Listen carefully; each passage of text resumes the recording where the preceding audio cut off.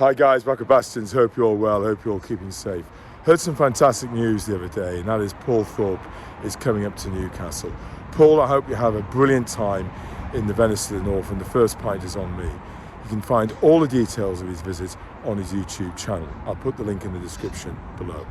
I want to talk in general about the watch market, and people are saying to me that it is dead. You know, I'm seeing these comments on social media, prices are tumbling like a lead balloon, and I tend to disagree with this. The watch market is going through a correction, like other markets, the car market, the housing market. Yes, it went crazy in price during the pandemic, particularly in the first quarter of last year.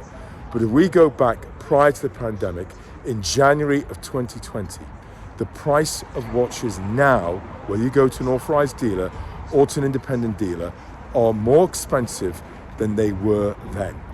That is a market that is not dead, far from it. That is a market that is still very much alive. In the meantime, stay safe and stay tuned.